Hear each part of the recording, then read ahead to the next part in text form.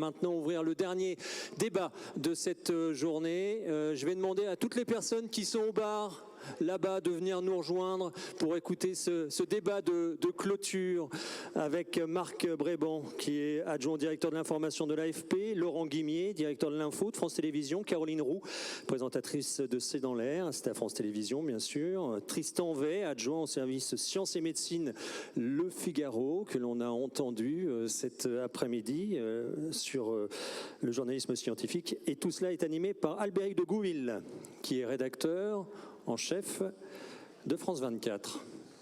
Tout à fait exact. Merci beaucoup. Donc c'est très chronométré. Je crois que nous avons 40 minutes car nous avons Roselyne Bachelot qui doit faire une intervention dans la foulée, mais enfin elle ne sera pas présente ici. Elle sera, voilà. Donc nous avons 40 minutes pour un débat qui est vraiment au cœur de ces assises, des assises réduites sur 2 jours, mais effectivement informées au temps du Covid. C'est le thème de ce débat et plus généralement presque le thème des assises. Donc effectivement l'information, nous avons tous changé nos pratiques, quels que soient les médias d'ailleurs, que ce soit presse écrite, que ce soit télévision, que ce soit radio, que ce soit internet. Les pratiques ont évolué dans le mauvais sens quelquefois, mais quelquefois, on a parlé du journalisme de solution tout à l'heure, quelquefois, effectivement, pour le meilleur, c'est arrivé. Donc on va en parler avec 2 personnes de télévision, avec Caroline Roux, qui présente C'est dans l'air sur France 5 et qui est aussi la présidente du jury des Assises 2020, avec Laurent Guimier, qui est le tout nouveau directeur de l'information de France Télévisions. Il faut préciser que vous n'étiez pas en poste au moment du confinement. J'étais confiné moi-même. Vous avez quand même des choses à nous dire, avec Tristan Vey, qui est le chef adjoint du service sciences médecine du Figaro. Et puis, on vient de m'apprendre qu'il était en duplex avec nous, Marc Bréban, qui est directeur adjoint de l'information de l'AFP. Marc Bréban, vous êtes bien derrière nous, tout va bien.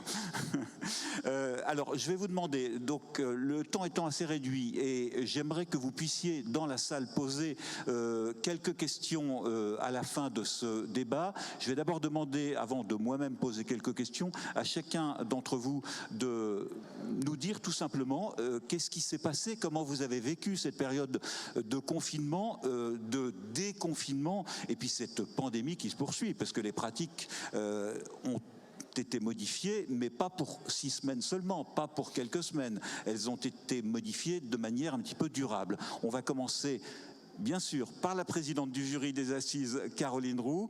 C'est dans l'air, à continuer, et c'est quasiment la seule émission de France Télévisions qui s'est poursuivie pendant toute la période du confinement. Effectivement, dans l'offre de services publics, au moment du confinement, il y a plusieurs éditions qui étaient évidemment maintenues, le 13h, le 20h, et C'est dans l'air pour ses vertus de décryptage.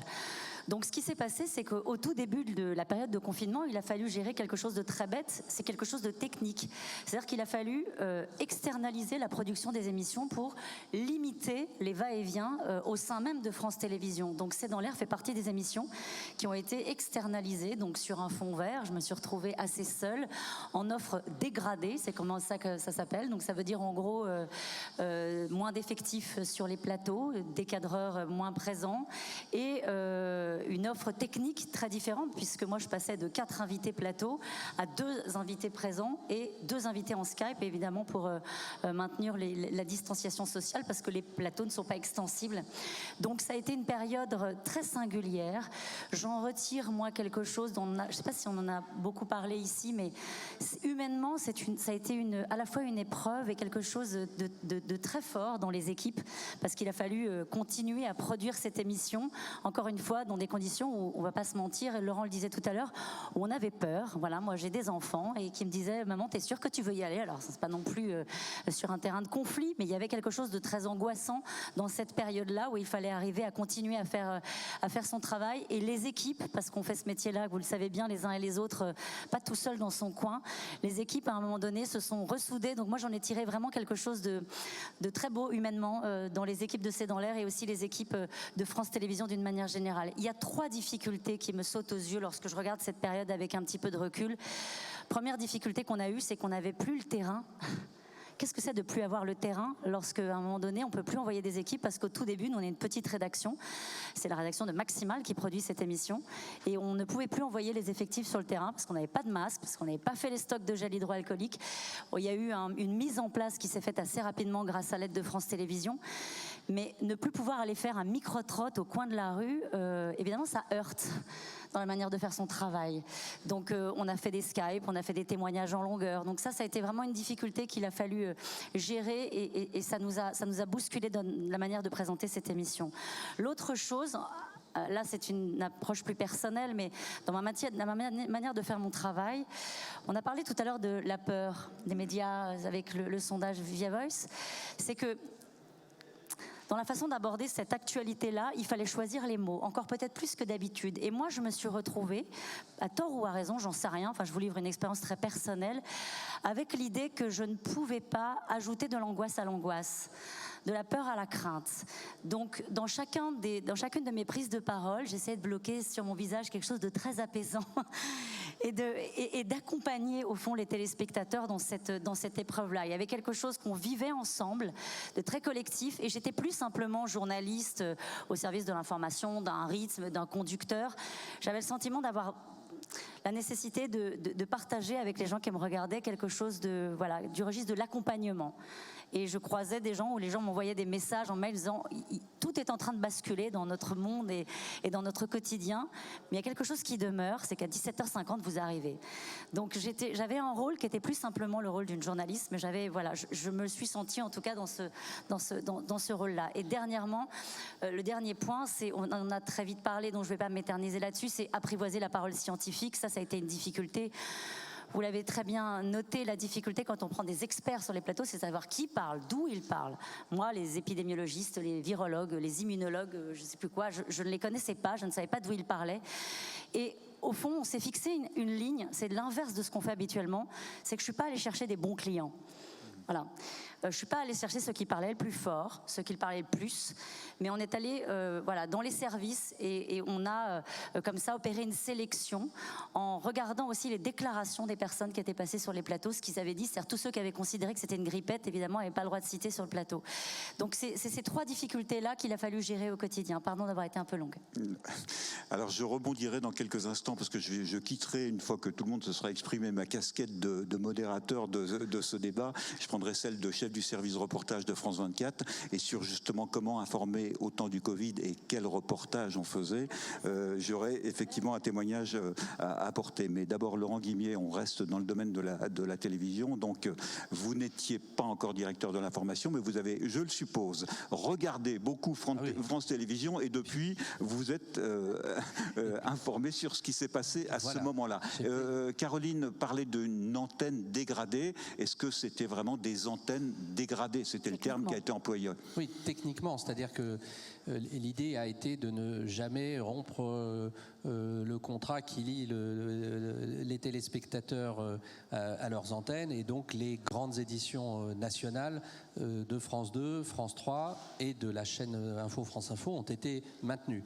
Alors effectivement, pour le téléspectateur, la téléspectatrice avertie, il y avait un peu moins de réalité virtuelle d'un côté, un peu moins de fioritures que dans d'autres, mais la mission d'information qui est vitale et qui est évidemment consubstantielle au service public a été maintenue.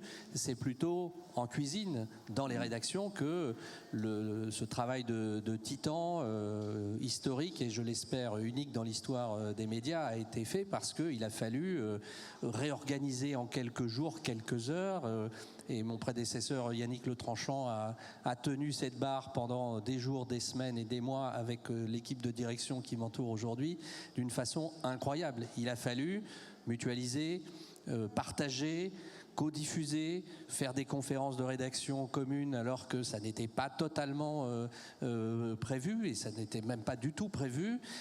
Mais c'est la magie, et je ne veux même pas dire des médias ou du service public, c'est la magie aussi de la vie en entreprise, on va en parler, que de se dire que lorsque l'on vit 8 heures par jour entre collègues, il y a des moments de crise dans notre vie de salarié en entreprise qui font que on avance, qu'on réussit quelque chose d'impossible, et en l'occurrence qui a été de produire toutes ces éditions et cette chaîne info qui, alors c'est substitué à Télématin, il y a eu quelques changements comme ça, effectivement, la matinale de France Info a été diffusée sur France 2 à l'heure où Télématin, parce qu'il y avait des personnes malades à Télématin, eh bien c'est la mission d'information qui a été accomplie en codiffusant France Info Canal 27 sur France 2. Et voilà, et on a rendu ce service. Caroline l'a dit, il y a des formats, des manières d'informer qui se sont imposées de force, c'est-à-dire qu'on est beaucoup moins allé sur le terrain, surtout dans les premières semaines, et Skype est arrivé, la visioconférence est arrivée dans les reportages. Alors évidemment, c'est une manière extraordinairement dégradée de faire du reportage d'un côté, mais si l'on veut voir le verre à moitié plein, on peut se dire aussi que ça a permis de réagir, de donner la parole, voire de montrer aussi des réalités, parce qu'on a aussi proposé à des citoyens, des chefs d'entreprise, des papas, des mamans, de filmer leur quotidien et de nous l'envoyer pour nourrir aussi alors je ne sais pas si on peut dire reportage, mais enfin des moments d'actualité qui évidemment ont été produits d'une façon totalement imprévue, mais qui ont restitué une certaine forme de réalité aussi, qui a été la réalité de la France pendant ces semaines. Et à titre personnel, puisque je n'étais pas en poste, moi j'ai pu aussi vivre en tant que téléspectateur, vous l'avez dit, téléspectateur, internaute.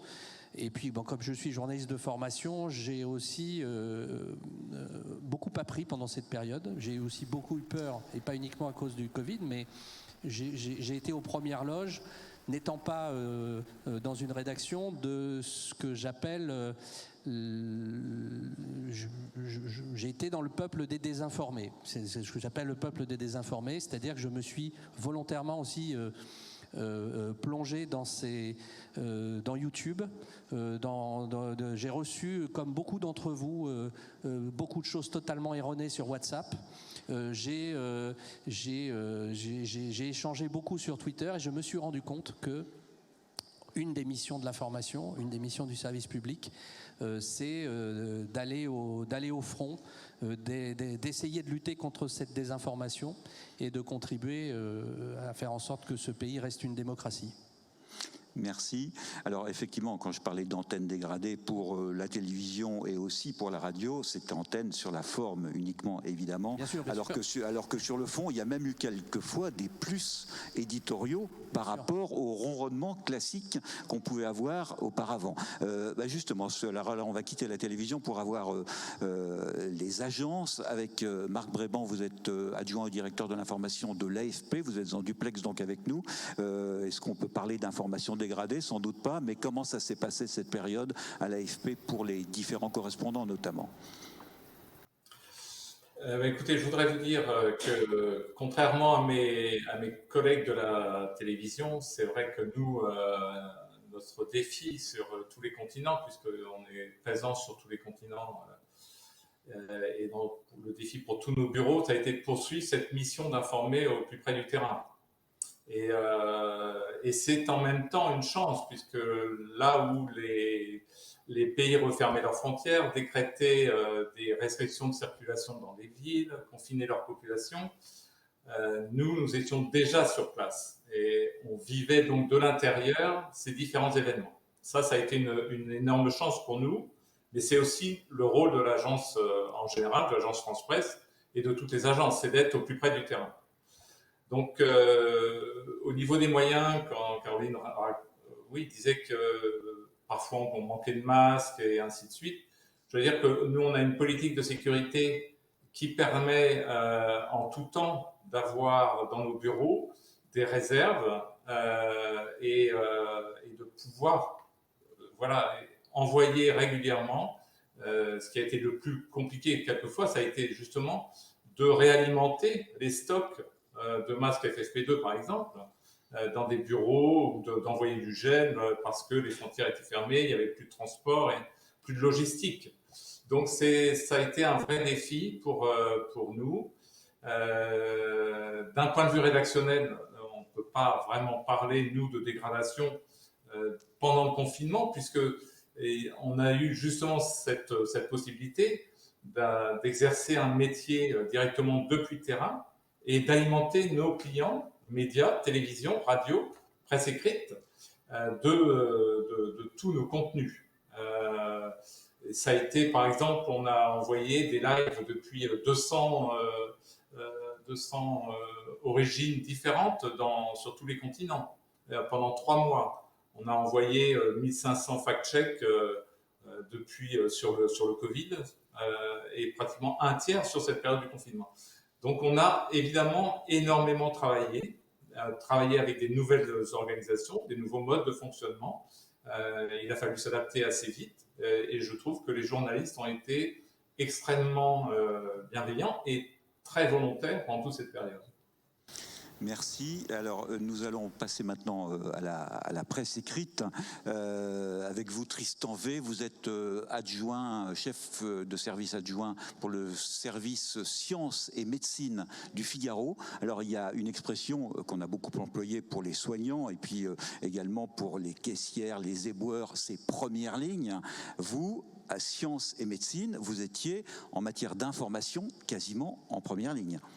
Oui, on était en première ligne. Je pense que c'est quelque chose d'historique d'avoir un sujet comme ça qui prend le pas sur absolument toute l'actualité. Il n'y a plus d'actualité culturelle. L'actualité économique, c'est l'actualité du Covid. L'actualité internationale, c'est l'actualité du Covid. Toute l'actualité devient Covid. Et dans ce contexte-là, il y a eu une énorme demande, à la fois du public, mais aussi au sein de la rédaction, de visibilité, de lisibilité. C'est quoi ce virus ? C'est quoi la maladie ? Comment ça évolue? C'est quoi l'épidémiologie? Quel est notre futur? Est-ce qu'il y a des traitements? Est-ce qu'il y a des vaccins? Et dans tout ça, il fallait absolument que nous, on soit en capacité, non pas d'apporter des réponses, mais de poser les bonnes questions et d'aller chercher des gens qui puissent donner des éléments de réponse. Et tout ça au fil de l'eau, en continu, en produisant un journal en télétravail, sans pouvoir aller sur le terrain parce qu'à l'époque, on considérait que c'était dangereux. Je pense que la vision serait différente aujourd'hui, mais à l'époque, c'était la vision. Donc en inventant pour nous le reportage téléphonique, c'est-à-dire appeler dans les réa les gens qui sont sur place, faire des appels à témoins dans les EHPAD pour avoir des témoignages de gens qui sont dans les EHPAD et qui puissent nous raconter. Voilà, tout ça, ça a été un gros travail quotidien. Nous, en service sciences médecine, on a clairement basculé vraiment en première ligne au sens littéral. La conférence de rédaction démarrait par le service sciences médecine qui donnait un peu l'actualité à la fois donc, de l'épidémie, où on en est, l'actualité de la recherche médicale, que ce soit fondamentale sur le virus ou sur les traitements, et puis après sur les décisions de santé publique. Quelle stratégie adopter, pourquoi ces problèmes de tests, pourquoi le masque, pourquoi ces manquements de masque. Et derrière, voilà, il faut arriver à donner des directions aux services politiques pour savoir quelle gouvernance, quels sont les problèmes de gouvernance, vers où s'orienter. Le service international, qui a un réseau de correspondants au Figaro très impressionnant. Nous, on a pu bénéficier de cette force de frappe énorme qui permet d'avoir... Dès qu'il se passe quelque chose quelque part dans le monde, on a un correspondant qui est capable de nous raconter ça. Et donc ça a été d'injecter du sens là où il n'y en avait pas beaucoup, dans quelque chose qui dépassait un peu tout le monde. Et voilà, moi j'ai peu regardé la télé, j'ai peu écouté la radio à ce moment-là, j'ai peu regardé l'AFP, parce que en fait toute notre énergie était tendue sur le fait de trouver des experts qui puissent nous raconter ça. Et on n'avait pas de filet, on n'avait pas de...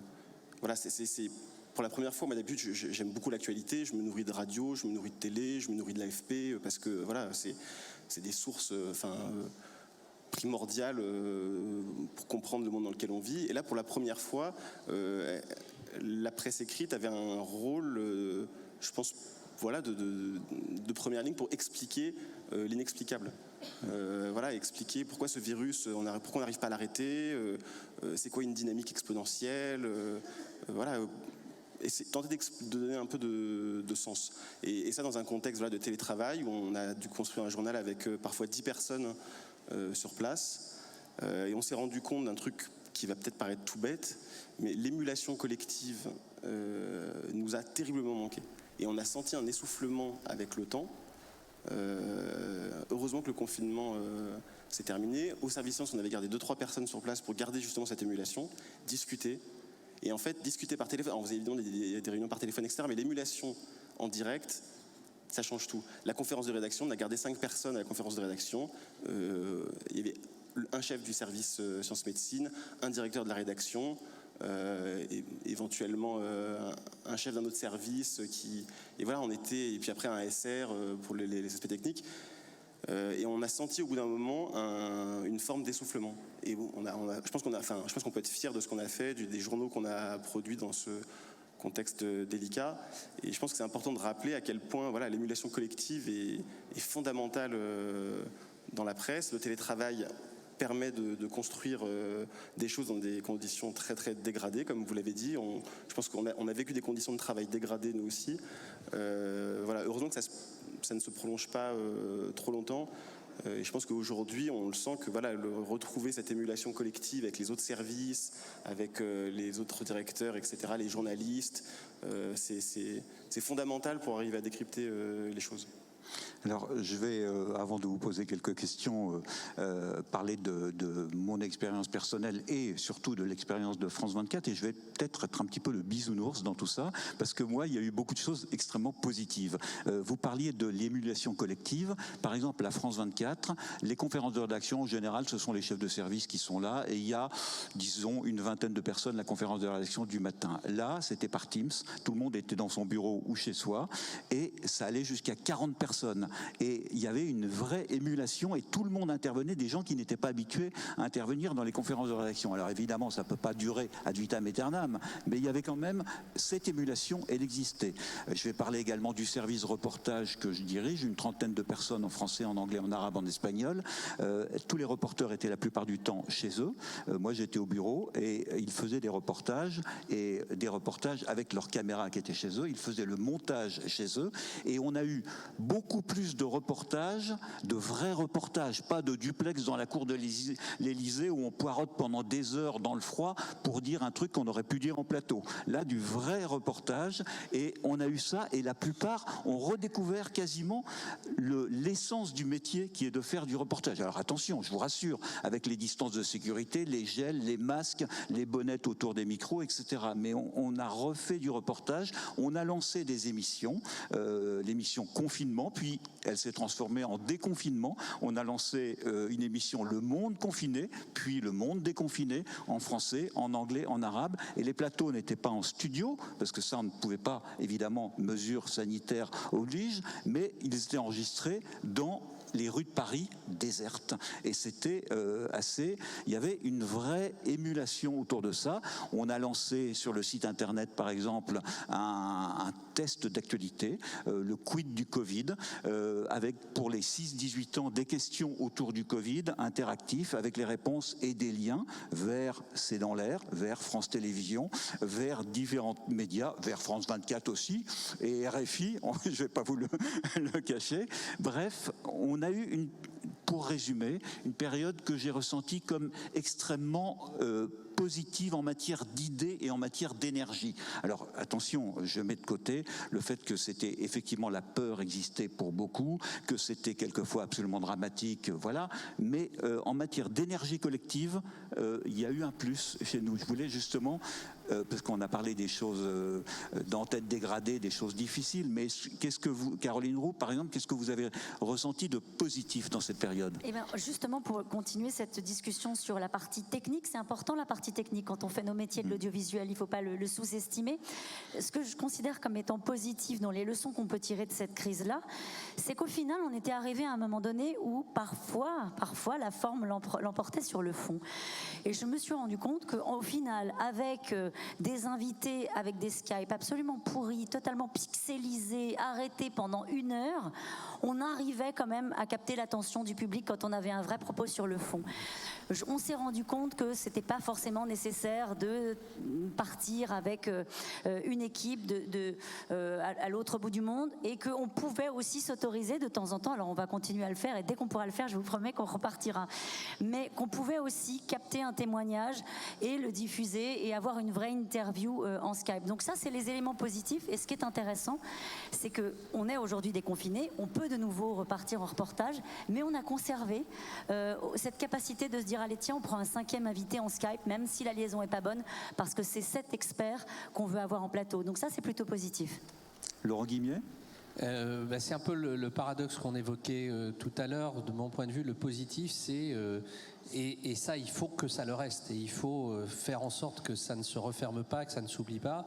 C'est cette proximité finalement avec nos publics forcés. Je le disais tout à l'heure, cette abolition de la distanciation parce que nous-mêmes étions victimes et acteurs de ce drame, alors que on a l'habitude de n'être que témoins, mais aussi l'intrusion bénéfique, de mon point de vue, du public aussi sur les plateaux de télé, encore plus sur les antennes radio, dans une idée de la conversation et de la construction entre le public, des experts et des journalistes, et parfois des politiques, qui, à mon avis, est extrêmement salutaire, qu'on avait vraiment eu tendance à oublier, voire à mépriser, parfois, sur les plateaux télé.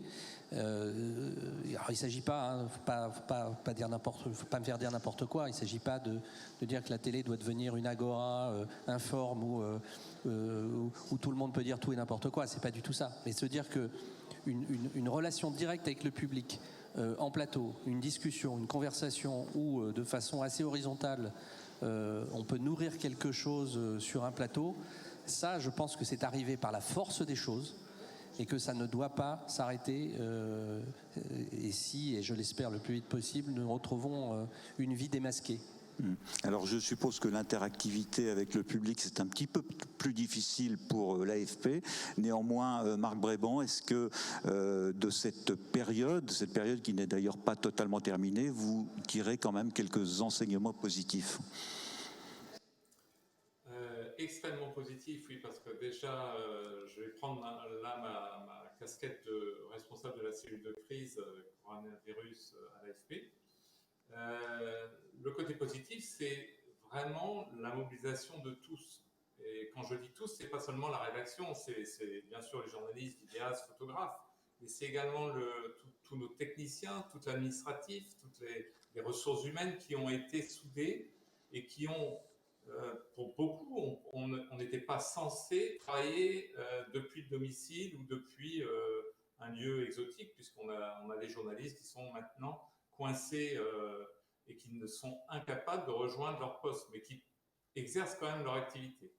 Donc le côté positif, c'est cette mobilisation autour d'une actualité monosujet et qui a permis justement de souvent souder les équipes aussi.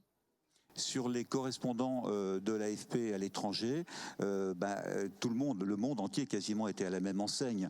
Ça a été le cas chez nous aussi pour France 24. Il y avait effectivement les mêmes difficultés pour faire du reportage et pour informer dans la plupart des pays du monde, en tout cas des grands pays du monde. Est-ce que vos correspondants ont rencontré des difficultés qui les ont empêchés de faire leur métier ? Non, empêcher, non, je ne dirais pas. Il y a des difficultés. On a dans beaucoup d'endroits, évidemment, l'habitude de complications.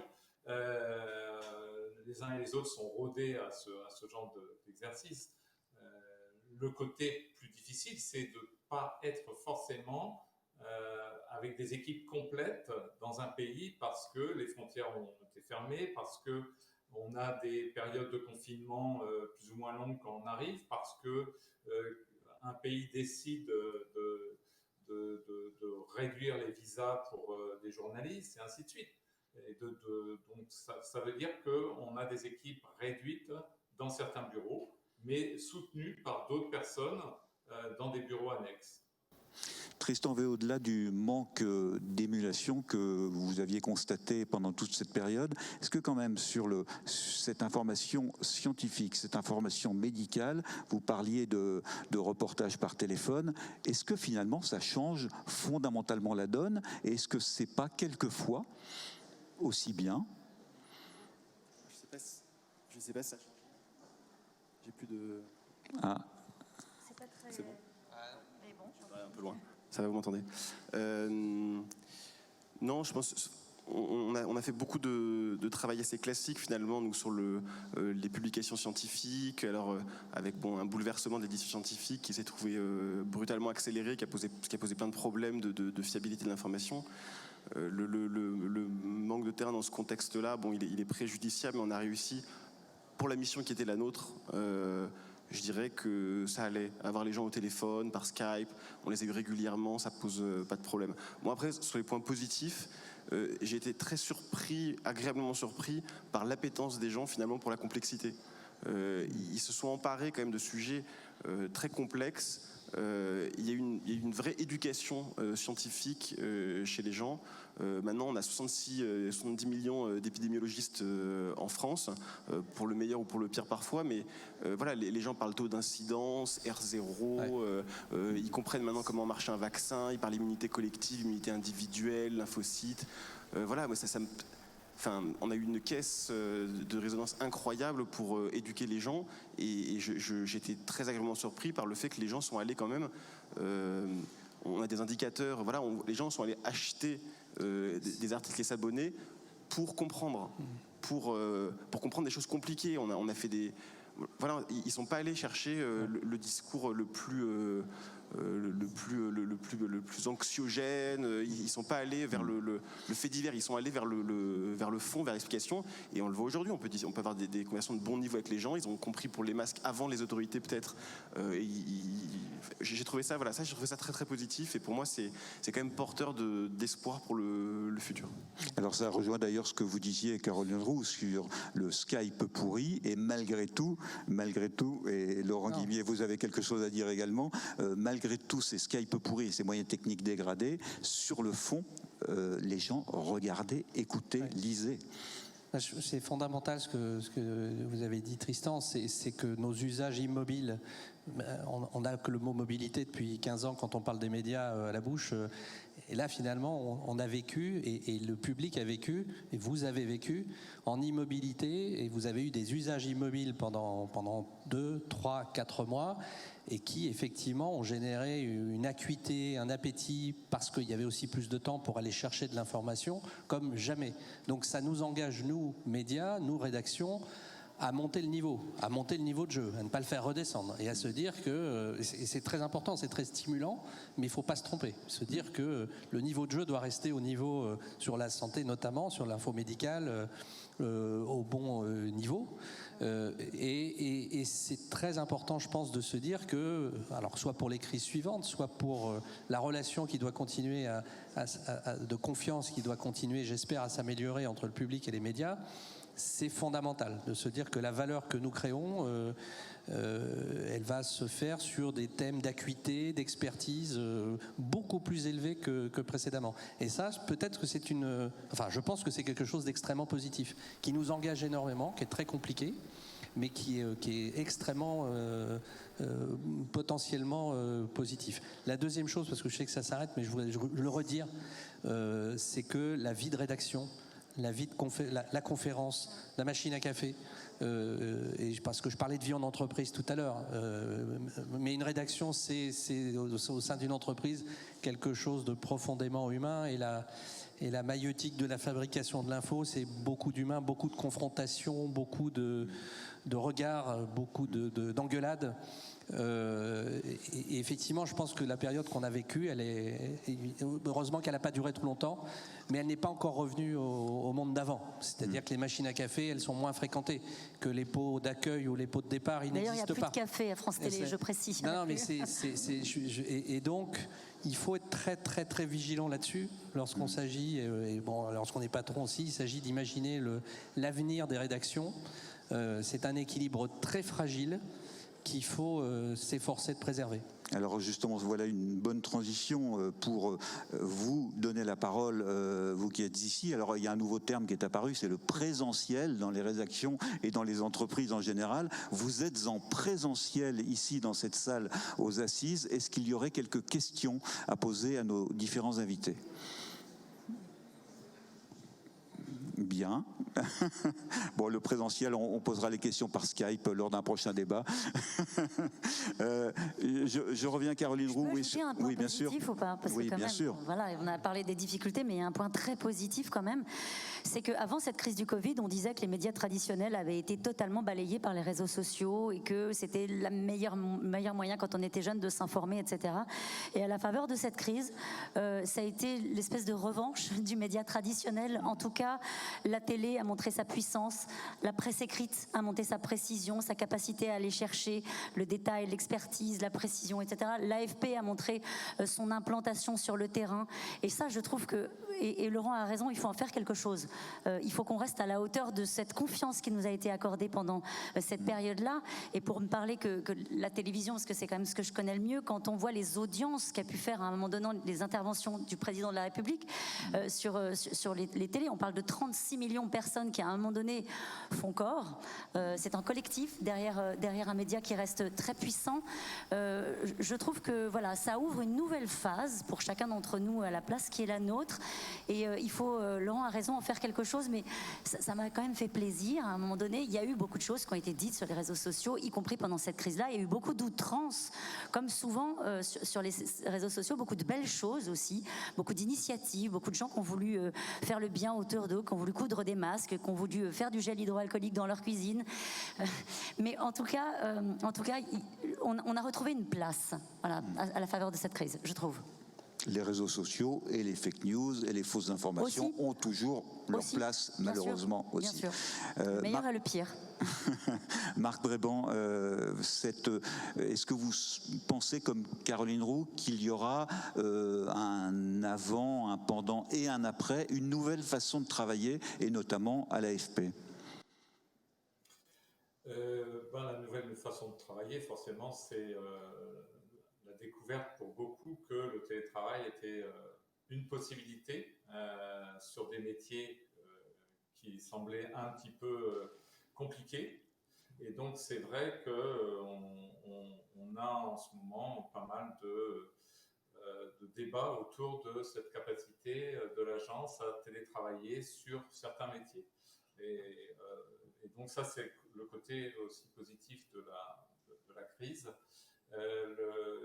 Ce que je voudrais dire, c'est que quand on a une mono-actualité, comme ça a été le cas pendant de longues semaines, on n'oublie pas non plus l'autre actualité. Et que nos reporters qui étaient dans le nord de la Syrie et ainsi de suite ont continué à suivre les malheureux événements sur place et qui étaient aussi repris sur les télévisions ailleurs qu'en Europe, bien entendu. Mais c'est aussi l'enseignement de la crise, c'est que pendant un sujet dominant, il y a aussi tout le reste. Pour terminer, on en a parlé d'ailleurs avec vous sur le fait qu'il manque d'interactivité, sur quasiment la solitude du journaliste de fond. Juste avant ce débat, d'ailleurs, Caroline Roux, vous m'en parliez, vous me disiez que c'était beaucoup plus difficile d'être tout seul, toute seule au bureau et sans avoir tous les collaborateurs, toute la ruche habituelle. Ah bah oui, pendant cette période-là, on m'a isolée en fait. Les équipes de Maximal m'ont dit, il va falloir que tu tiennes la distance, donc tu ne peux pas tomber malade. Donc oublie coiffeur, maquilleur, oublie assistante, oublie programmatrice qui viennent se confier à toi et partager leur vie, leur lecture de la problématique du sujet du jour. Oublie le rédacteur en chef avec lequel tu partages, oublie la complicité avec les invités avant, pendant, après l'émission.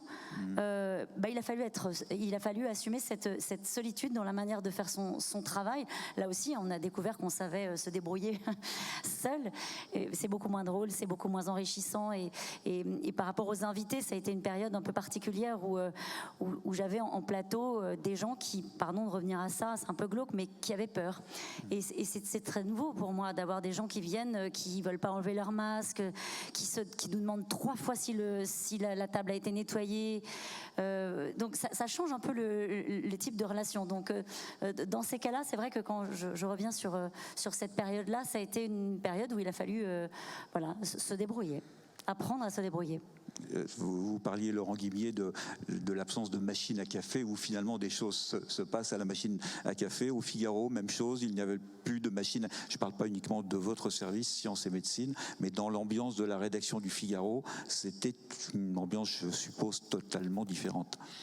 Ah bah oui, c'était clairement Walking Dead, quoi. Il n'y avait plus personne dans les rues, il n'y avait plus personne dans les couloirs, tout était éteint, il fait sombre, voilà, Mais bon, tout le monde était à la même enseigne quelque part, donc on ne l'a pas vécu, je pense, comme quelque chose de très difficile. Moi, si je peux me permettre, il y a quand même quelque chose sur lequel j'aimerais insister peut-être maintenant, parce que c'est que c'est pas complètement fini la crise qu'on a vécue, on est un peu en train de repartir dedans, et je pense qu'il y a une interrogation qu'on doit avoir en tant que média. On est tous quotidien, télé, l'AFP, pris dans une actualité quotidienne qui en chasse l'autre. Avec le Covid, c'est pas le cas, c'est quelque chose qui s'inscrit dans la longueur. Laurent Guimier, tu parlais tout à l'heure de terminer le travail. Je pense que c'est une bonne expression. Je pense qu'il faut pas oublier que la crise n'est pas terminée, qu'elle a une profonde inertie et une certaine forme de lenteur avant l'emballement. C'est-à-dire que voilà, les signaux actuels ont mis beaucoup de temps à se mettre en place, mais il y avait des signaux précurseurs. Et je pense qu'il faut réussir, je pense aussi à intégrer cette lenteur du journalisme. Le journalisme lent, c'est aussi le journalisme de l'avenir. C'est aussi ça qui, à mon avis, est porteur de sens pour les gens. Et on travaille tous dans des médias où je pense qu'on est par nature amené à essayer d'équiter. Je trouvais ça très intéressant aussi, l'idée de pas oublier les sujets comme la Syrie, comme l'AFP a pu le faire, etc. C'est vrai que nous on n'était plus dedans, donc on n'a pas pu suivre ces sujets-là, mais je pense que c'est hyper important d'avoir ce journalisme de la lenteur, et les gens sont en fait en demande de ça, de suivre les dossiers, de savoir ce qui s'est dit. On parle souvent de dire voilà, il faut suivre les dossiers, on le fait pas. Là c'est un bon exemple de dossier qu'on suit parce qu'on est un peu forcé, et c'est quand même très très positif, je pense, par rapport à notre lectorat. Je pense que c'est un enseignement qu'il faudrait garder pour le futur. Alors, merci beaucoup à tous les quatre. D'ailleurs, il est 18h45 et Olivier Véran est en train de s'exprimer justement à sa conférence de presse. Donc, je ne sais pas si vous avez des informations sur, vous parliez de cette période qui n'est pas terminée. Eh bien, peut-être qu'il y aura sans doute qu'il y aura de nouvelles restrictions, comme il y en a à Marseille, dans d'autres grandes villes de France. Et effectivement, ça n'est pas terminé du tout. Sauf que maintenant, les différentes rédactions commencent à être un petit peu rodées sur cette façon nouvelle de travailler, ce télétravail, et on a quelques outils qu'on commence à maîtriser un petit peu mieux. Merci beaucoup Laurent Guimier, merci Caroline Roux, merci à Tristan V et Marc Bréban en duplex de Paris. Merci beaucoup.